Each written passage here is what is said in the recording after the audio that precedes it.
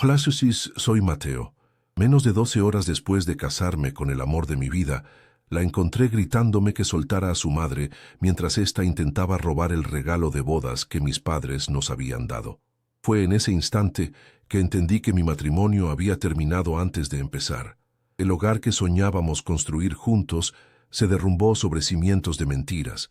¿Alguna vez te han traicionado de una forma tan profunda que sentiste que el mundo se detenía por un segundo? Antes de contarte exactamente lo que Sofía me gritó en ese momento y cómo la cara de su madre cambió por completo, déjame un comentario diciéndome desde dónde me estás viendo y suscríbete al canal. Créeme, no querrás perderte lo que sucede cuando el timbre de la puerta de nuestra suite suena inesperadamente y revela la verdad que ellas intentaban ocultar. La escena parecía sacada de una pesadilla. Eran las 7 de la mañana en nuestra suite de lujo en un hotel de Miami, con una vista espectacular del océano que ahora me parecía una burla. El sol entraba por los ventanales, iluminando a mi suegra, Isabel, arrodillada en el suelo con nuestra maleta abierta, la misma maleta que mis padres nos habían entregado la noche anterior. Dentro, los fajos de billetes, los $250,000 que representaban el inicio de nuestro futuro, estaban desordenados, y ella tenía varios en la mano. Me quedé paralizado en el umbral de la habitación, con el corazón martillándome en el pecho. No había duda de lo que estaba viendo. No estaba ayudando a organizar, estaba tomando el dinero. El silencio en la habitación era denso, pesado, roto solo por el sonido de su respiración agitada al darse cuenta de que la había descubierto. La noche anterior había sido completamente diferente. Recuerdo la expresión de orgullo en el rostro de mi padre, Ricardo, cuando nos entregó esa pesada maleta de cuero en una esquina tranquila del salón de bodas. Sofía sonreía, pero sus ojos se desviaron rápidamente hacia su madre, que nos observaba desde la distancia, con una intensidad que en ese momento no supe interpretar. «Hijo», me dijo mi padre, con la voz un poco quebrada por la emoción, «tu madre y yo hemos trabajado toda la vida para darte las mejores oportunidades. Este es el cimiento de su futuro. Asegúrate de que sea sólido». Abracé a mi padre, sintiendo el peso de su sacrificio y su amor en ese regalo. Era más que dinero, era la confianza, la esperanza y el legado de mi familia, todo puesto en nuestras manos para que construyéramos algo duradero. Ahora, de vuelta en la suite, esa memoria se sentía como una herida abierta. Miré a Isabel, que se había puesto de pie de un salto, intentando esconder los fajos de billetes detrás de su espalda con una torpeza casi cómica. Su rostro, normalmente compuesto y lleno de una superioridad sutil, estaba descompuesto por el pánico. No sentí rabia, al menos no al principio. Lo que me invadió fue una calma helada, una claridad dolorosa. Avancé lentamente hacia ella, sin apartar la vista de sus manos. No le grité ni la insulté. Con una voz que apenas reconocí como la mía, le pregunté, «¿Qué crees que estás haciendo, Isabel?» Ella tartamudeó, buscando una excusa, sus ojos moviéndose frenéticamente por la habitación, buscando una salida, una mentira lo suficientemente buena como para cubrir un acto tan descarado. Fue en ese preciso instante cuando la puerta del baño se abrió de golpe y apareció Sofía, ya vestida. La esperanza de que ella se horrorizara al ver a su madre en esa situación se desvaneció en el aire. Su mirada no se posó en Isabel ni en el dinero. Se clavó directamente en mí, llena de una furia protectora que me dejó sin aliento. Yo había extendido la mano para tomar el dinero que Isabel aún sostenía, y en ese momento Sofía corrió hacia nosotros y gritó la frase que se grabaría a fuego en mi memoria para siempre: «Suelta a mi madre». No me estaba defendiendo a mí, su esposo, no estaba defendiendo nuestro futuro, estaba defendiendo a la mujer que nos estaba robando. El suelo desapareció bajo mis pies. La traición fue tan instantánea y absoluta que sentí un dolor físico en el pecho. De repente, la dinámica en la habitación cambió por completo. Ya no era yo descubriendo a una ladrona, era yo, el agresor, acorralando a una pobre mujer indefensa. Isabel, aprovechando la oportunidad, soltó un sollozo dramático y se dejó caer en la cama, fingiendo un ataque de nervios. Sofía se interpuso entre nosotros, con los brazos extendidos como si yo fuera una amenaza real. «No puedo creer que la trates así», me espetó, con los ojos llenos de lágrimas que yo sabía que no eran sinceras. En ese momento, todos los pequeños desprecios, las miradas condescendientes y los comentarios sutiles de su familia sobre mi estatus social cobraron sentido. Para ellos, yo siempre había sido un intruso, alguien que no estaba a su altura, y ahora, en mi propia luna de miel, me lo estaban dejando perfectamente claro. Mi mente, funcionando en un estado de shock y supervivencia, empezó a conectar los puntos. ¿Cómo había entrado Isabel en nuestra suite tan temprano sin llamar? Entonces lo recordé. La noche anterior, mientras desempacábamos, Sofía había pedido una tarjeta de acceso adicional en la recepción. «Por si pierdo la mía, ya sabes cómo soy de despistada», dijo con una risa casual. En ese momento no le di importancia, pero ahora, esa pequeña acción se revelaba como parte de un plan premeditado. No fue un impulso de Isabel, fue una conspiración. Mi esposa, la mujer a la que le había prometido mi vida hacía unas horas, había planeado esto. Le había dado a su madre la llave para que entrara y tomara el dinero que mis padres nos habían regalado. La sensación de soledad era abrumadora. Las palabras de mi padre resonaron en mi cabeza con una fuerza ensordecedora. «Asegúrate de que sea sólido». Miré a Sofía, que seguía protegiendo a su madre, y vi a una completa extraña. La mujer dulce y amorosa de la que me había enamorado no estaba allí. En su lugar había una cómplice, una persona dispuesta a sacrificar nuestro futuro por las deudas o la codicia de su madre. El amor que sentía por ella no desapareció de golpe, sino que se transformó en algo frío y pesado, como una piedra en el estómago. La decepción era tan profunda que ahogaba cualquier otro sentimiento. Entendí que el cimiento del que hablaba mi padre no era el dinero, sino la confianza, la lealtad y el respeto. Y en esa habitación no quedaba nada de eso. Con una calma que las sorprendió a ambas, dejé de intentar recuperar el dinero de las manos de Isabel. Di un paso atrás, creando distancia física y emocional. Mi cerebro, que hasta entonces había estado paralizado por el dolor, comenzó a trabajar a toda velocidad. Ya no se trataba de discutir o de buscar explicaciones. Se trataba de actuar, de proteger lo que era mío y, más importante aún, de proteger mi dignidad. Mientras Sofía continuaba con su discurso sobre cómo yo estaba malinterpretando todo, mis ojos se posaron en mi teléfono móvil, que descansaba sobre la mesita de noche. Con un movimiento lento y deliberado, lo tomé. Ellas no se dieron cuenta, demasiado ocupadas en su actuación, pero en mi mente, un plan ya estaba tomando forma. Iba a asegurarme de que ese cimiento, el mío, fuera inquebrantable. Mientras sostenía el teléfono, sentí cómo el torbellino de emociones en mi pecho se calmaba, reemplazado por una lucidez helada. Sofía e Isabel seguían interpretando su papel, una sinfonía de victimismo y acusaciones, pero sus voces se habían convertido en un ruido de fondo. Ya no las escuchaba con el corazón de un esposo traicionado, sino con la mente de alguien que analiza un problema que debe ser resuelto. El plan que se formaba en mi cabeza no era uno de venganza, sino de supervivencia. Era un mecanismo de defensa para proteger el último vestigio de mi dignidad y el sacrificio de mis padres. Ellas creían que yo estaba acorralado, que el shock me había dejado indefenso. No podían estar más equivocadas. El shock me había despertado.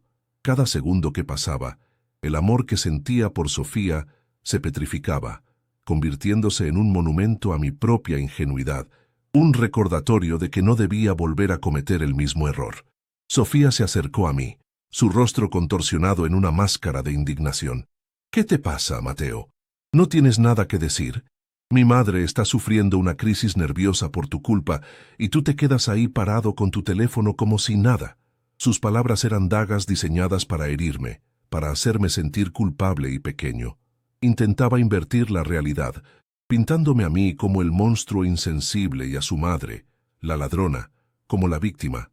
Era una táctica que ahora lo veía con una claridad dolorosa. Había usado muchas veces en discusiones menores, pero nunca con esta magnitud. Siempre lograba desarmarme con su lógica retorcida, haciéndome dudar de mi propia percepción. Pero esta vez Su manipulación no encontró terreno fértil. La traición había salado la tierra de mi corazón, y ya nada podía crecer allí. La miré a los ojos y, por primera vez, no vi a la mujer que amaba, sino a una estratega defendiendo su jugada. Isabel, por su parte, elevó su actuación a un nuevo nivel. Se llevó una mano al pecho, respirando de forma entrecortada y teatral. Nunca pensé que el hombre con el que se casó mi hija pudiera ser tan cruel. Gimoteó, con lágrimas corriendo por su rostro maquillado. Yo solo quería asegurarme de que el dinero estuviera en un lugar seguro. Conozco a mi Sophie, es muy descuidada, y pensé en guardarlo por ustedes. La mentira era tan burda, tan insultante para mi inteligencia, que casi me reí. Estaba tratando de justificar un robo a mano armada como un acto de cuidado maternal. Verla allí, fingiendo un ataque de pánico mientras los fajos de billetes que había intentado ocultar asomaban por el bolsillo de su bata, fue la confirmación final. No había un malentendido, no había una explicación razonable. Esto era codicia pura y descarada, envuelta en un manto de falso amor familiar. Mi mente regresó como un relámpago a la noche anterior en la recepción del hotel. Recuerdo a Sofía acercándose al mostrador con una sonrisa encantadora. «Hola, ¿sería posible tener una tarjeta de acceso adicional para nuestra suite? Es que soy un desastre y siempre pierdo las cosas», le dijo al recepcionista, quien accedió de inmediato. Yo estaba a unos metros, hablando con mi padre por teléfono, y la escuché de pasada. En ese momento, su comentario me pareció tierno, una de esas pequeñas peculiaridades que la hacían ser ella. Ahora, esa memoria se repetía en mi mente con una banda sonora siniestra. No era un acto de despiste, era el primer paso de su plan. Le estaba dando a su madre el arma para entrar en nuestra habitación, en nuestra intimidad, y robar el futuro que mis padres nos habían regalado. La premeditación del acto me revolvió el estómago.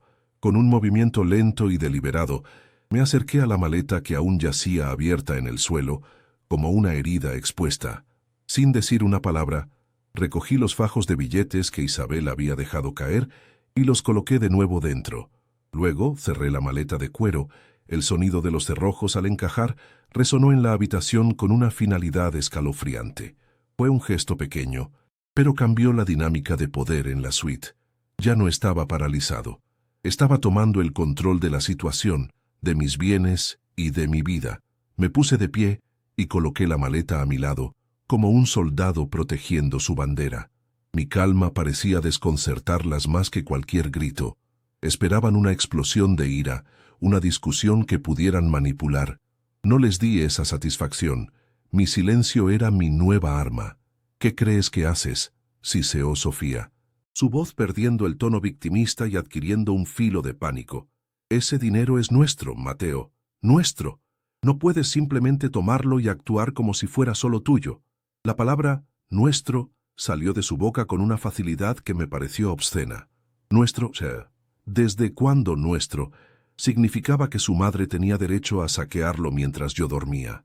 La hipocresía de su argumento era asfixiante. Ella había roto el nosotros en el instante en que se puso del lado de su madre. Ahora intentaba usar ese mismo concepto como un escudo para proteger su conspiración. La injusticia se sentía como un peso físico, oprimiéndome el pecho y dificultando mi respiración. Quería gritarle que el nosotros había muerto hacía una hora en esa misma habitación, pero me contuve. Las palabras ya no servían de nada. En medio de su diatriba, las palabras de mi padre volvieron a mí, no como un recuerdo lejano, sino como una instrucción clara y directa. Este es el cimiento de su futuro. Asegúrate de que sea sólido. De repente, entendí su verdadero significado. Mi padre no hablaba solo del dinero. Hablaba de los principios sobre los que se construye una vida. La confianza, la honestidad, la lealtad. Miré a Sofía y a Isabel y vi un cimiento de arena, construido sobre mentiras y manipulación. Cualquier cosa que intentara edificar sobre eso se derrumbaría al primer soplo de viento. Mi deber no era salvar un matrimonio que ya estaba muerto. Mi deber era proteger el cimiento que mi familia me había dado, el cimiento de mi propio futuro, uno en el que no habría espacio para ellas. Esa epifanía me dio una fuerza que no sabía que poseía. Viendo que su agresividad no funcionaba, Sofía cambió de estrategia. Su rostro se suavizó y sus ojos se llenaron de lágrimas, esta vez con una apariencia de sinceridad que podría haber engañado a cualquiera. «Mi amor, por favor, tienes que entender», comenzó, su voz un susurro suplicante. «Mi mamá, ella tiene problemas, unas deudas terribles, un mal negocio que salió mal. Iba a contártelo todo, te lo juro. Solo necesitaba un poco de ese dinero para salir del apuro y luego te lo devolveríamos. No es lo que parece. Era la carta de la compasión, el último recurso del manipulador. Me estaba pidiendo que justificara el robo, que lo viera como un acto desesperado de amor filial. Pero era demasiado tarde. Su confesión a medias, diseñada para minimizar el daño, solo confirmó la profundidad de su engaño. Había planeado ocultarme las deudas de su madre y usar mi herencia para solucionarlas. Mientras ella hablaba, desbloqueé mi teléfono con el pulgar. Mi rostro permaneció impasible, escuchando su historia de ficción. Con movimientos rápidos y discretos, envié un único mensaje de texto. Era corto, apenas 3 palabras. «Estoy listo. Sube». Luego, volví a bloquear el teléfono y lo guardé en mi bolsillo. Levanté la vista y la miré, asintiendo lentamente como si estuviera considerando su patética excusa.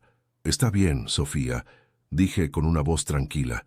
«Vamos a resolver esto, pero lo haremos a mi manera». Mi aparente sumisión la confundió. Una pequeña sonrisa de triunfo asomó en sus labios, creyendo que había ganado, que me había convencido. No tenía idea de que la resolución a la que me refería no incluía perdonarla, sino exponerla. La calma antes de la tormenta se había instalado en la suite de lujo. Sintiéndose con el control de nuevo, Sofía dio el golpe de gracia, el ultimátum que sellaría su destino. Se interpuso entre la maleta y yo, con una expresión desafiante. «Me alegra que entiendas», dijo, su voz recuperando la firmeza. «Así que vas a ayudar a mi madre. Y vamos a olvidar que este desagradable momento ocurrió. Porque si eliges ese dinero por encima de mi familia, estás eligiendo ese dinero por encima de mí.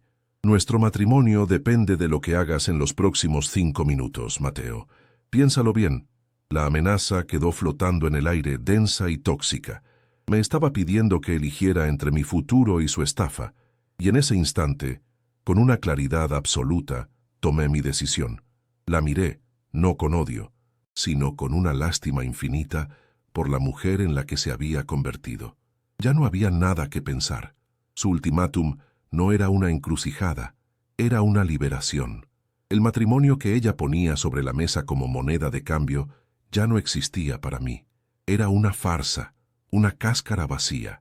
Mientras ella me miraba, esperando mi rendición, yo solo podía pensar en el sonido que estaba a punto de romper el silencio. El sonido que no solo pondría fin a esa conversación, sino que redefiniría por completo el resto de mi vida. Esperé, contando los segundos en mi cabeza. Cada latido de mi corazón era un paso más lejos de ella y un paso más cerca de mi propia libertad. Y entonces, justo cuando Isabel comenzaba a sonreír, creyendo que su plan había funcionado, el timbre de la puerta sonó, nítido y autoritario, cortando la tensión como un cuchillo. El sonido del timbre resonó en la suite como una sentencia. Sofía e Isabel se quedaron petrificadas. Sus rostros una mezcla de pánico y confusión. Sus miradas se cruzaron por una fracción de segundo, un destello de complicidad rota, antes de clavarse en mí. Esperaban ver mi propia sorpresa, mi propia incertidumbre, pero no encontraron nada de eso. Permanecí inmóvil, con una calma que parecía antinatural en medio del caos que ellas habían creado. Esa serenidad las asustó más que cualquier grito. En mi silencio, entendieron que quienquiera que estuviera al otro lado de esa puerta no era una visita casual. Yo lo estaba esperando. El juego de poder había cambiado de manos, y el sonido del timbre era simplemente el anuncio de que mi turno para mover las piezas había comenzado. Sofía fue la primera en reaccionar. Se abalanzó hacia mí, no con la furia de antes, sino con un susurro desesperado, casi un ruego. «¿Quién es, Mateo? No abras la puerta. Por favor, no hagas esto más grande de lo que es». Intentó agarrarme del brazo, pero yo me aparté con un movimiento suave pero firme. Su miedo era palpable. No temía por mí ni por nuestro matrimonio. Temía que su plan, su mentira, fuera expuesta ante un extraño. Isabel, por su parte, se movía torpemente por la habitación, intentando esconder los fajos de billetes que aún tenía en el bolsillo de su bata, como si un simple trozo de tela pudiera ocultar la magnitud de su traición.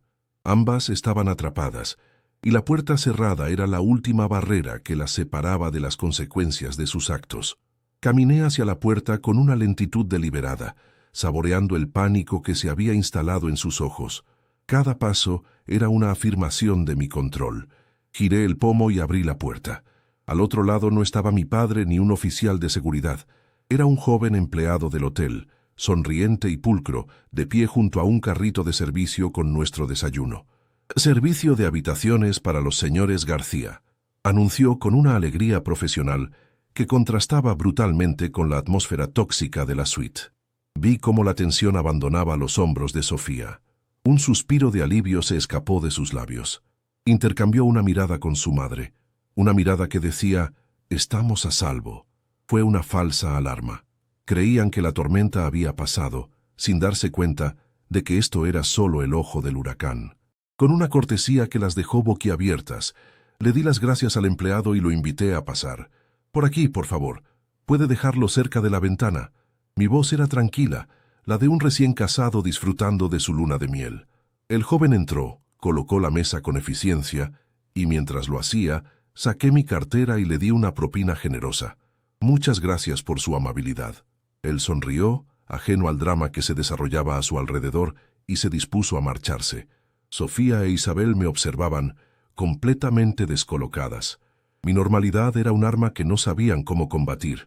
¿Acaso había decidido perdonarlas? ¿Había funcionado su ultimátum? En sus mentes, mi comportamiento solo podía significar una cosa, que yo estaba cediendo, que había elegido salvar el matrimonio. Sofía aprovechó lo que ella percibió como mi debilidad. Se acercó, adoptando de nuevo su papel de esposa amorosa y preocupada. Su voz era suave, melosa, un veneno cubierto de azúcar. «Mi amor, ves qué fácil es. Sentémonos. Tomemos un café y hablemos. Podemos arreglar esto. Somos una familia, y las familias se apoyan en los momentos difíciles». Señaló la mesa del desayuno, un escenario perfecto para su farsa de reconciliación. Quería reducir su crimen a un simple momento difícil, un malentendido que se podía solucionar con una conversación. Intentaba desesperadamente volver al guión que conocía, donde ella siempre tenía el control, donde su manipulación siempre salía victoriosa. Pero el autor de esta escena ya no era ella, era yo. Justo cuando el empleado del hotel llegaba a la puerta para irse, me giré hacia él. «Disculpe, ¿podría esperar un segundo, por favor?», le pedí con la misma calma. El joven se detuvo, confundido. Sofía frunció el ceño, la incertidumbre volviendo a su rostro. «¿Qué haces, Mateo?». Mi siguiente movimiento no estaba en su manual. Me acerqué al empleado y le dije, «No se preocupe, no le quitaré mucho tiempo. Solo necesito un favor. Necesito un testigo imparcial en esta habitación». Las palabras quedaron suspendidas en el aire, cargadas de una amenaza implícita. La cara de Isabel perdió todo el color que había recuperado. El alivio que habían sentido momentos antes se evaporó, reemplazado por un terror helado y puro. El juego había vuelto a empezar. Sofía se interpuso entre el empleado y yo. «Estás loco. ¿Qué vas a hacer? ¿Vas a humillarnos frente a un extraño?». Su voz era un siseo furioso. La máscara de esposa comprensiva se había caído para revelar de nuevo a la cómplice acorralada. La miré directamente a los ojos, dejando que viera la frialdad que había reemplazado al amor. «No, Sofía, no voy a humillarlas. Solo quiero asegurarme de que, por una vez, no puedas retorcer mis palabras. Quiero que alguien escuche mi decisión, para que luego no digas que malinterpreté la situación». Usé su propia excusa como un arma, devolviéndole el golpe con una precisión quirúrgica. El joven empleado nos miraba, aterrado, sin saber si debía quedarse o salir corriendo. Se había convertido en un espectador involuntario de la implosión de mi matrimonio. Saqué mi teléfono del bolsillo una vez más, un gesto que ahora les provocaba un pavor visible. Me diste un ultimátum hace unos minutos, le dije a Sofía, sin apartar la vista de ella. Dijiste que tenía que elegir, y tienes razón, pero la elección nunca fue entre el dinero y tú. La elección es entre la dignidad y la mentira, entre un cimiento sólido y un castillo de naipes. Hice una pausa, dejando que el peso de mis palabras se asentara en la habitación. Hice una llamada antes de que llegara el desayuno. Estoy esperando a alguien más, alguien que me ayudará a asegurarme de que ese cimiento esté protegido. Y por el silencio en el pasillo, creo que no tardarán en llegar. La insinuación de que había más gente en camino las dejó sin aliento. Al verse sin salida, Isabel recurrió a su último y más patético recurso, el victimismo extremo. Se agarró el pecho, soltando un gemido ahogado y dejándose caer sobre el sofá. «No puedo respirar, me está atacando», exclamó con voz temblorosa, mirando al aterrorizado empleado del hotel. «Ayúdeme, por favor, este hombre es un monstruo. Está amenazando a dos mujeres indefensas». Era una actuación digna de un teatro de tercera, un intento desesperado de invertir los papeles, de pintarme a mí como el agresor para que el empleado llamara a seguridad y el caos jugara a su favor. Quería crear una distracción, una escena pública que me obligara a retroceder para evitar un escándalo. Pero yo ya no tenía nada que perder. El escándalo era mi liberación. Ignoré por completo el melodrama de Isabel. Mi atención se centró en el joven empleado, que parecía a punto de salir corriendo. Le dirigí una mirada tranquilizadora, aunque firme. «No se preocupe, no tiene nada que temer. Todo esto terminará en unos minutos», le dije con una voz serena que contrastaba con los sollozos de mi suegra.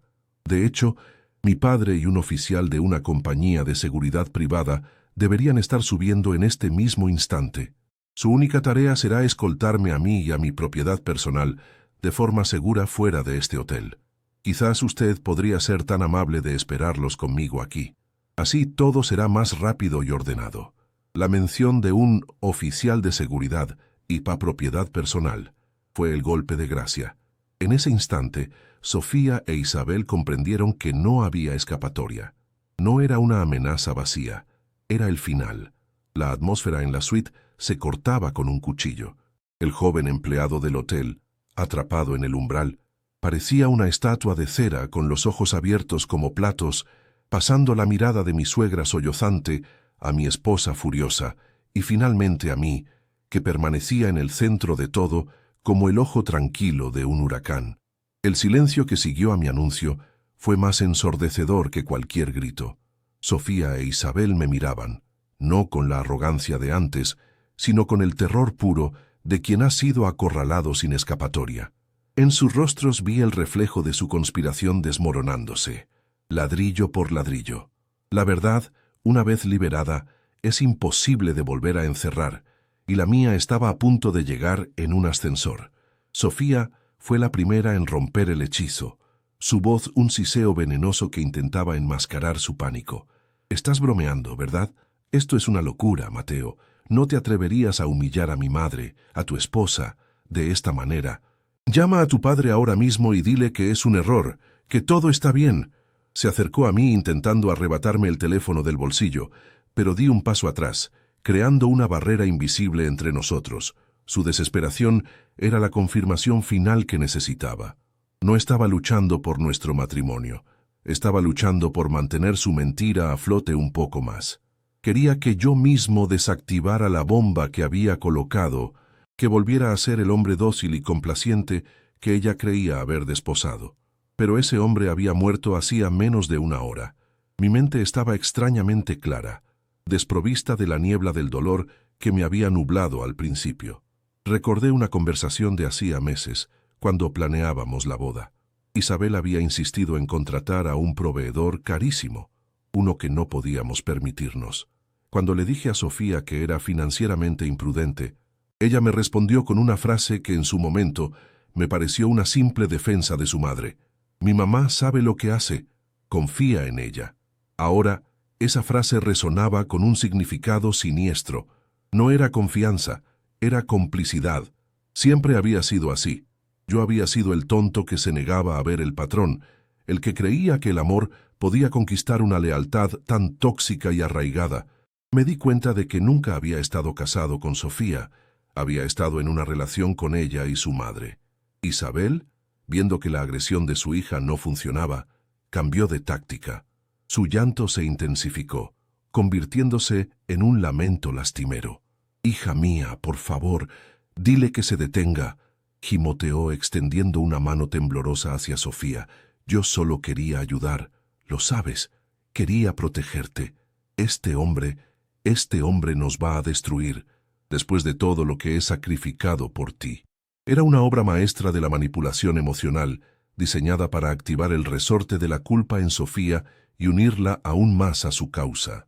Estaba intentando pintarse a sí misma como una mártir, una madre abnegada que había cometido un error por amor, y a mí como el verdugo implacable que se negaba a mostrar misericordia, pero su actuación era tan transparente que resultaba casi patética. Dirigí mi atención al empleado del hotel, cuya presencia se había vuelto insosteniblemente incómoda para todos. Con una voz tranquila le dije: «Señor, le pido disculpas por haberlo involucrado en este asunto familiar. Usted es libre de irse ahora si lo desea. Sin embargo, le agradecería que informara a su gerente de que solicité un testigo para una situación delicada. O si prefiere, puede esperar en el pasillo. Mis invitados no tardarán en llegar». Mi tono era respetuoso pero firme. Le estaba dando una salida digna, pero también estaba dejando claro que la situación era grave y que yo estaba actuando con total control y premeditación. El joven asintió rápidamente, murmuró un «con permiso» y se escabulló de la habitación, cerrando la puerta suavemente tras de sí. Su salida nos dejó solos de nuevo, pero ahora la dinámica había cambiado. El mundo exterior sabía que algo estaba ocurriendo. Al quedarse sin público, Sofía intentó su último recurso, apelar a nuestro futuro compartido, a los sueños que habíamos construido juntos. Su voz se suavizó, tratando de evocar la intimidad que habíamos perdido para siempre. «Mateo, piensa en nosotros, en la casa que íbamos a comprar con este dinero, en la vida que planeamos. ¿De verdad vas a tirar todo eso a la basura por un malentendido? Mi madre cometió un error, sí, pero podemos superarlo. Somos un equipo». La palabra «equipo» sonó hueca. Una burla. Un equipo no se roba a sí mismo. Un equipo no conspira a espaldas de uno de sus miembros. Estaba intentando venderme la ilusión de un nosotros que ella misma había dinamitado. Me ofrecía un futuro envenenado, construido sobre la aceptación de su traición. La miré y por primera vez desde que todo había comenzado, le respondí directamente, sin filtros, dejando que las palabras de mi padre guiaran las mías. «No hay malentendido, Sofía. El único error fue mío, por creer que estábamos construyendo sobre el mismo cimiento. Mi padre me dio este dinero hablándome de confianza, de trabajo duro, de un legado de honestidad. Ese es mi cimiento. El tuyo, al parecer, está hecho de deudas secretas y mentiras. Así que no estoy tirando nada a la basura, porque lo que tú y yo teníamos nunca fue real. Era un plano, un diseño defectuoso que se derrumbó antes de poner el primer ladrillo». Mis palabras cayeron en el silencio de la suite con el peso de una lápida. Con un movimiento lento y deliberado, me acerqué a la maleta de cuero que descansaba junto a la cama. Coloqué mi mano sobre ella, sintiendo la textura gastada bajo mis dedos. Ya no era solo un objeto lleno de dinero, se había convertido en un símbolo.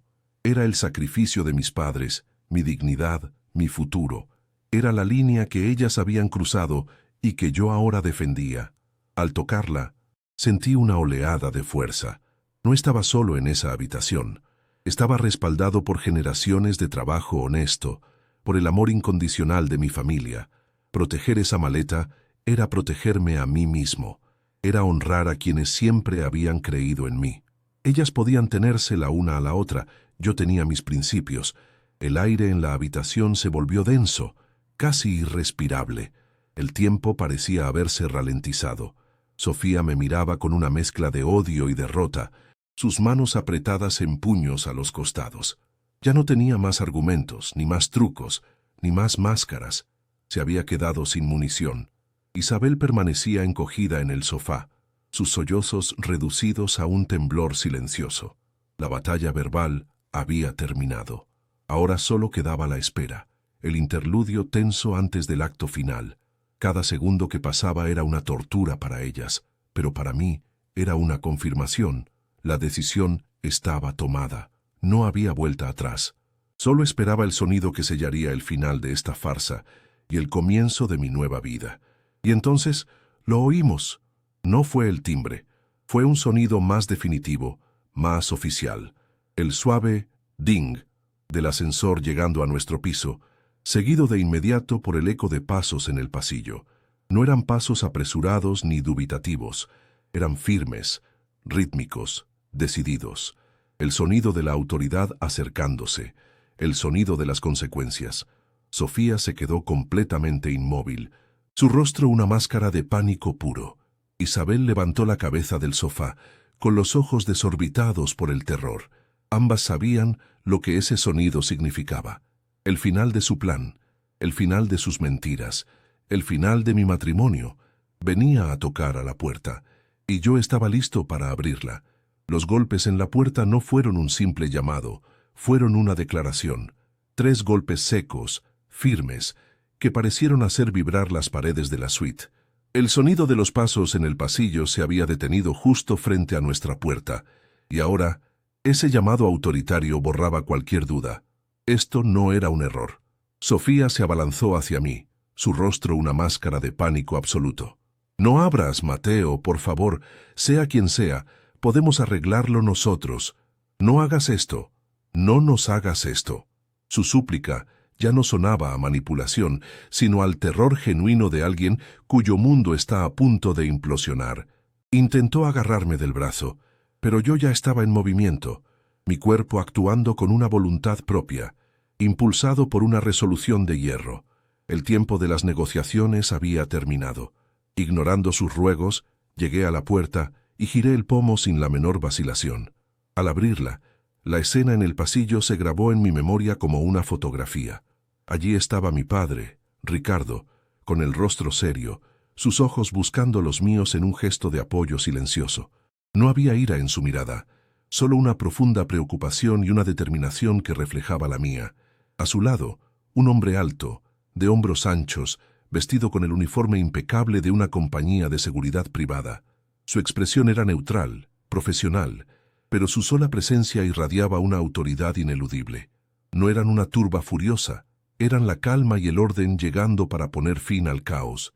Eran la respuesta a mi llamada silenciosa, la materialización de mi decisión de no derrumbarme. Mi padre no dijo una palabra, simplemente me miró y en esa mirada lo entendí todo. Vio el dolor en mis ojos, pero también vio la fuerza que había encontrado en medio de la traición. Asintió levemente, un gesto casi imperceptible que significaba: «Estoy aquí, haz lo que tengas que hacer». Su mirada se desvió por encima de mi hombro, captando la escena dentro de la suite. Sofía, paralizada de terror, Isabel encogida en el sofá como un animal herido.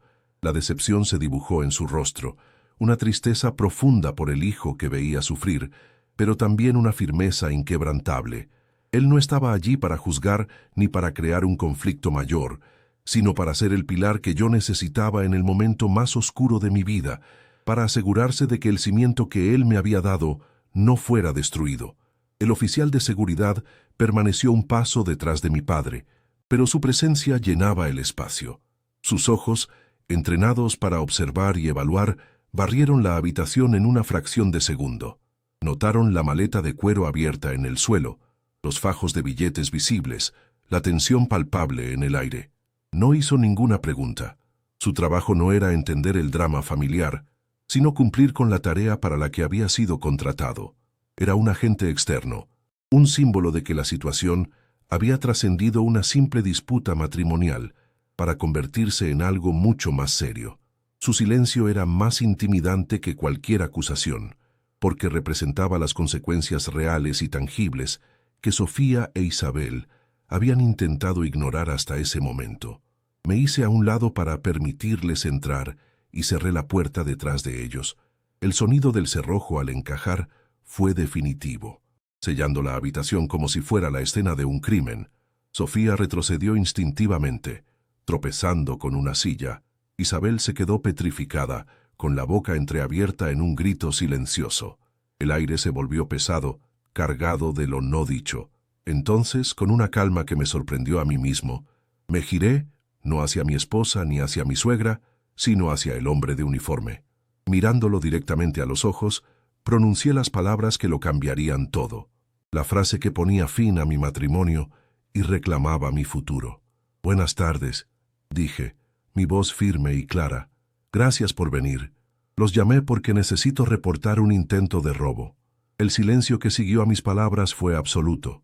Un vacío tan profundo que podía sentir el zumbido de la electricidad en las lámparas. Fue como si hubiera detonado una bomba de sonido.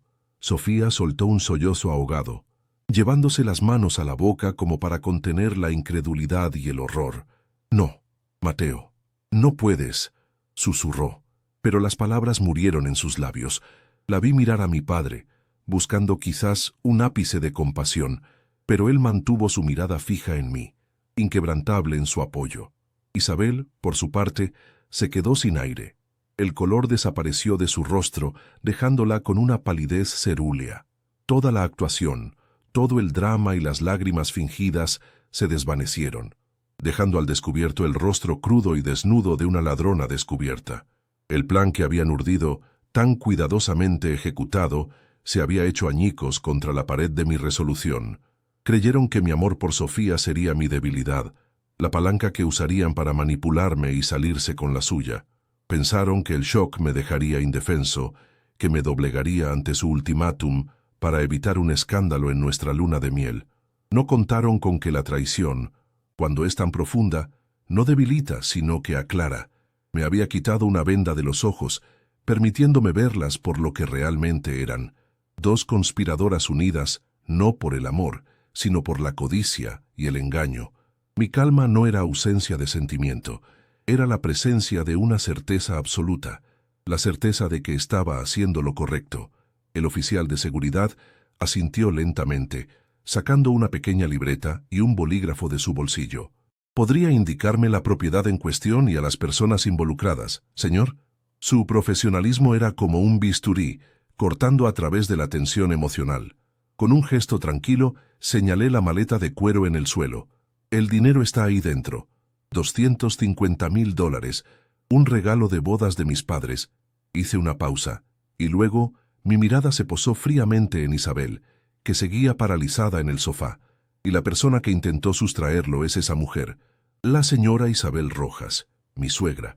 La acusación fue directa, sin adornos, una verdad tan simple y brutal que no dejaba lugar a la interpretación. Cada palabra era un clavo en el ataúd de sus mentiras.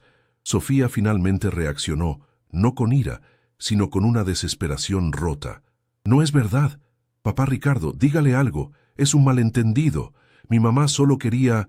Su voz se quebró, incapaz de terminar la frase, porque no había una mentira lo suficientemente buena para cubrir la evidencia que teníamos delante.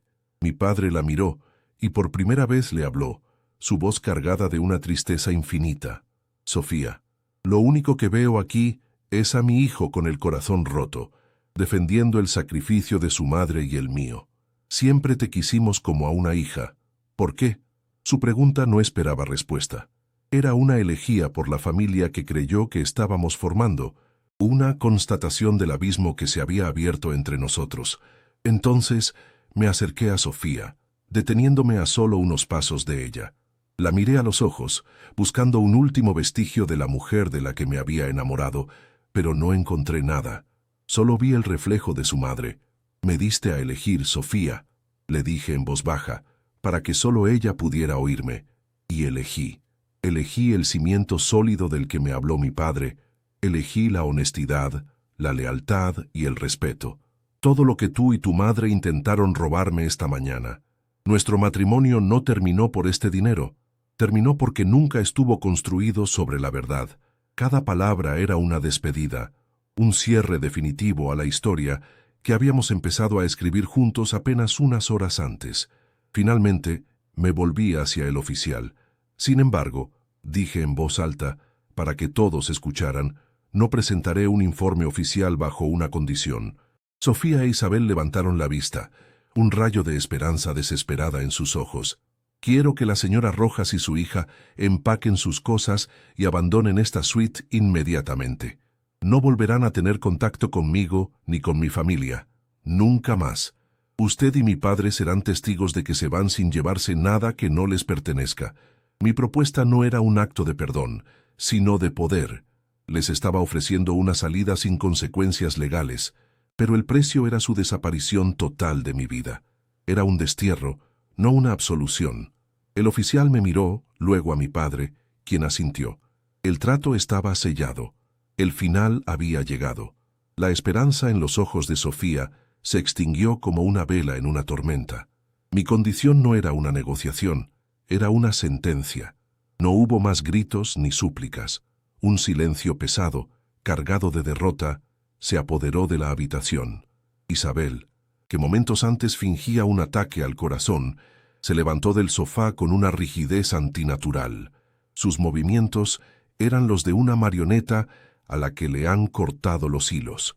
Evitaba la mirada de todos, sus ojos fijos en un punto inexistente en la alfombra.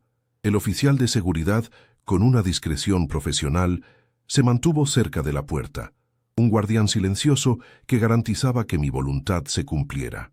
La suite de lujo, que debía ser el nido de nuestro amor, se había convertido en el escenario de su humillación final, un tribunal improvisado donde su codicia había sido juzgada y condenada. El proceso de su partida fue rápido y desolador. Sofía recogió sus cosas con movimientos torpes y mecánicos, metiendo en su maleta los vestidos y regalos que apenas 24 horas antes simbolizaban nuestro futuro. No lloró. Su rostro era una máscara de resentimiento frío. Cada objeto que guardaba parecía un reproche silencioso. Isabel, por su parte, se movía como una sombra, recogiendo sus pocas pertenencias sin decir una palabra. Mi padre se mantuvo a mi lado, su presencia una muralla de apoyo. Cuando terminaron, Sofía se detuvo frente a mí por un instante. No hubo una disculpa, ni una última mirada de amor perdido, solo un destello de odio en sus ojos, el veneno de quien ha sido derrotado en su propio juego. Luego, sin mirar atrás, salió de la suite, seguida por su madre. El oficial las escoltó hasta el ascensor, asegurándose de que la puerta se cerrara tras ellas, sellando para siempre ese capítulo de mi vida. Cuando la puerta de la suite se cerró, el silencio que quedó era diferente. Ya no era tenso, sino vacío. El aire parecía más ligero, como si la toxicidad que había llenado el espacio se hubiera disipado con ellas. Miré a mi alrededor, la mesa del desayuno intacta, la cama deshecha, la maleta de cuero en el suelo. Todo era un recordatorio de un sueño que había durado menos de un día. Sentí un agotamiento profundo, no físico, sino del alma. Me dejé caer en un sillón, el mismo donde Isabel había fingido su ataque, y por primera vez desde que todo comenzó, permití que el peso de la realidad me aplastara. El matrimonio que había celebrado con tanta alegría la noche anterior estaba muerto. Estaba solo, en una suite de luna de miel vacía, con $250,000 que ahora se sentían como el precio de mi libertad. Mi padre se acercó y puso una mano en mi hombro. El gesto fue simple, pero contenía todo el apoyo que necesitaba. No dijo, «Te lo advertí», ni me llenó de preguntas. Simplemente se sentó a mi lado en silencio por un momento. Luego, con una voz suave pero firme, dijo, «Hiciste lo correcto, Mateo. Un cimiento se construye con materiales sólidos. No podías construir nada sobre arena movediza». Sus palabras no buscaban consolarme, sino reafirmar mi decisión, recordarme por qué había tenido que pasar por ese infierno. Me dio la fuerza para no derrumbarme en la autocompasión. Levanté la vista y lo miré, y en sus ojos vi el reflejo de mi propio dolor, pero también un orgullo inmenso. En el momento más bajo de mi vida, nuestra relación se había vuelto más fuerte que nunca. Una hora más tarde, el oficial de seguridad nos escoltó fuera del hotel. Yo llevaba la maleta de cuero en la mano, su peso ahora un ancla que me mantenía conectado a la realidad. No miré a nadie, caminamos por el lujoso vestíbulo, un mundo ajeno a la guerra que acababa de librarse en la suite presidencial. Fuimos directamente a la sucursal bancaria más cercana, donde deposité cada centavo en una cuenta nueva. una a mi nombre únicamente. El empleado del banco me felicitó por la suma, probablemente imaginando un futuro brillante para una pareja joven. No lo corregí. Dejar que el mundo siguiera con sus ilusiones era más fácil que explicar la cruda verdad. Ese dinero, el supuesto cimiento de mi matrimonio, se había convertido en el fondo de reconstrucción de mi vida. Al día siguiente, desde la casa de mis padres, hice la llamada más difícil y, a la vez, más liberadora. Contacté a un abogado especializado en derecho familiar.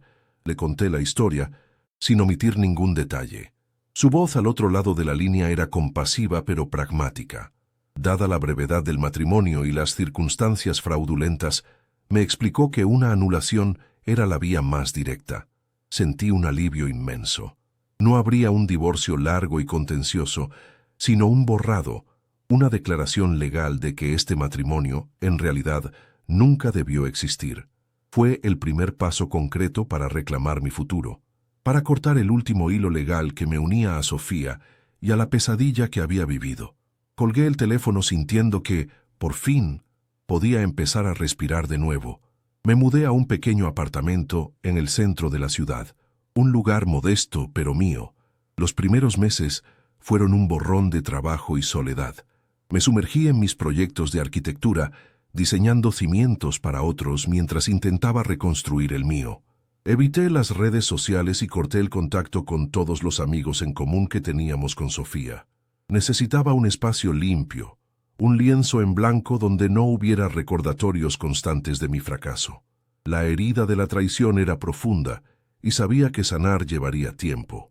No había rabia, solo una tristeza persistente y una nueva cautela que se había instalado en mi corazón. La ingenuidad con la que antes veía el mundo se había ido para siempre. Un par de meses después de la anulación, un amigo en común, sin saber que yo no quería noticias, me contó que Sofía e Isabel se habían mudado de Miami. Al parecer, las deudas de Isabel eran mucho peores de lo que nadie imaginaba, involucrando a prestamistas peligrosos. Habían vendido su casa y desaparecido prácticamente de la noche a la mañana, dejando tras de sí un rastro de problemas financieros. La noticia no me produjo ninguna satisfacción. Solo sentí una extraña lástima. Estaban atrapadas en un ciclo de mentiras y desesperación del que probablemente nunca escaparían. Su codicia no solo había destruido mi vida, sino que finalmente había consumido la suya. Cerré ese capítulo para siempre, deseándoles no el mal, sino simplemente que se mantuvieran lejos de mí. Hoy, un año después, mi vida es muy diferente a la que imaginé.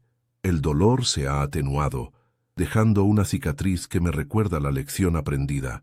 El dinero de mis padres sigue en el banco, intacto. No lo he usado para comprar una casa grande, sino como una red de seguridad, una prueba tangible de que mi familia siempre estará ahí. He comenzado mi propio pequeño estudio de arquitectura, y cada viga que diseño, cada plano que trazo, lo hago con una nueva comprensión. Mi padre tenía razón. El cimiento más importante no es el dinero, ni siquiera el amor en su forma más idealizada.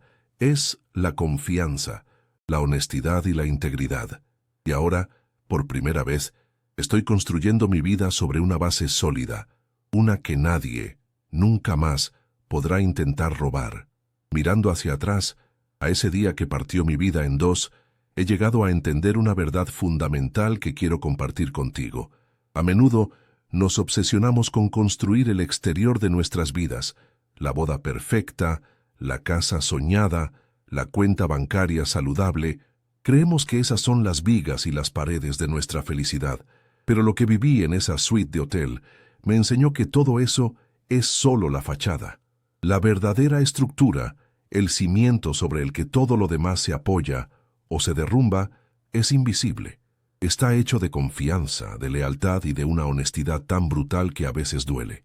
Mi hogar con Sofía nunca tuvo la oportunidad de existir, no porque nos robaran dinero, sino porque nunca tuvimos un cimiento en común sobre el cual construir. La lección más dolorosa, pero también la más liberadora, fue aprender la diferencia entre el amor y la lealtad. Yo amaba a Sofía, pero ella era leal a su madre. Y cuando esas dos fuerzas entran en conflicto, la persona atrapada en medio tiene que tomar una decisión. Sofía tomó la suya mucho antes de esa mañana. Su lealtad no estaba conmigo ni con el futuro que decíamos querer juntos. Estaba con los secretos y las deudas de su pasado. Si estás construyendo una vida con alguien, asegúrate de que ambos estén comprometidos con el mismo proyecto. Porque si una persona sigue trabajando en el plano de su antigua familia, mientras tú intentas levantar las paredes de una nueva, la estructura está condenada al fracaso desde el primer día. También aprendí a escuchar el silencio. Durante meses, ignoré las pequeñas alarmas, las conversaciones que se detenían cuando yo entraba en una habitación, las miradas cómplices entre ella y su madre. Desestimé esos momentos como simples detalles, ruidos de fondo en nuestra historia de amor. Pero la traición rara vez llega como un trueno inesperado. Se filtra a través de las grietas de la confianza, mucho antes de que la presa se rompa. El silencio de una verdad no dicha es más corrosivo que la más dura de las discusiones. Presta atención a lo que no se dice, a las preguntas que se evaden. Ahí es donde a menudo se esconde la mentira que, si no se enfrenta, terminará por devorarlo todo. Esa mañana sentí que lo había perdido todo, pero hoy sé que no fue así. Perder una ilusión, por muy hermosa que sea, no es una pérdida, es una ganancia. Es ganar claridad, es ganar la oportunidad de empezar de nuevo, esta vez sobre un terreno firme. A veces, la vida tiene que demoler por completo tus planes para mostrarte que estabas construyendo en el lugar equivocado. La traición me rompió, sí, pero me obligó a recoger los pedazos y a examinar cada uno de ellos. Y en ese proceso me encontré a mí mismo, un hombre que ya no estaba dispuesto a negociar su dignidad ni a aceptar un amor que requería que se hiciera más pequeño para caber en él. La familia, me di cuenta, no es solo un lazo de sangre, es un pacto de respeto. Mi padre no me defendió ciegamente, defendió los valores que me había inculcado. Me enseñó con su ejemplo que el verdadero apoyo no consiste en justificar los errores de tus seres queridos, sino en ayudarlos a mantenerse firmes en sus principios. Rodéate de personas cuyos cimientos morales sean compatibles con los tuyos, ya sea tu familia de origen o la que eliges formar, porque cuando lleguen las tormentas, y siempre llegan, serán esas vigas compartidas de integridad las que te mantendrán en pie, mucho después de que todo lo demás se haya derrumbado. Al final, mi historia no es sobre un matrimonio fallido o dinero robado, es sobre el poder de elegirte a ti mismo. Es sobre entender que mereces un amor que sea un refugio, no un campo de batalla. Mereces una pareja que te vea como un equipo, no como un recurso. Yo tuve que perder el futuro que soñaba para encontrar el futuro que merecía. Uno construido sobre la roca sólida de la autoestima y el respeto mutuo. Y aunque el camino para llegar aquí fue increíblemente doloroso, la paz que siento hoy, la certeza de saber exactamente sobre qué estoy parado, es un tesoro que nadie podrá quitarme jamás. Mi experiencia fue extrema, pero sé que el sentimiento de traición y la lucha por reconstruir la confianza son universales. Quizás tú también has sentido que el suelo desaparecía bajo tus pies por culpa de alguien a quien amabas. ¿Cuál ha sido el cimiento que te ha mantenido en pie en tus momentos más oscuros? Me encantaría leer tu historia en los comentarios, porque compartir nuestras batallas nos hace más fuertes a todos. Y si esta historia te ha resonado de alguna manera, suscríbete al canal y acompáñame. Juntos, podemos aprender a transformar las ruinas de nuestro pasado en los cimientos de un futuro inquebrantable.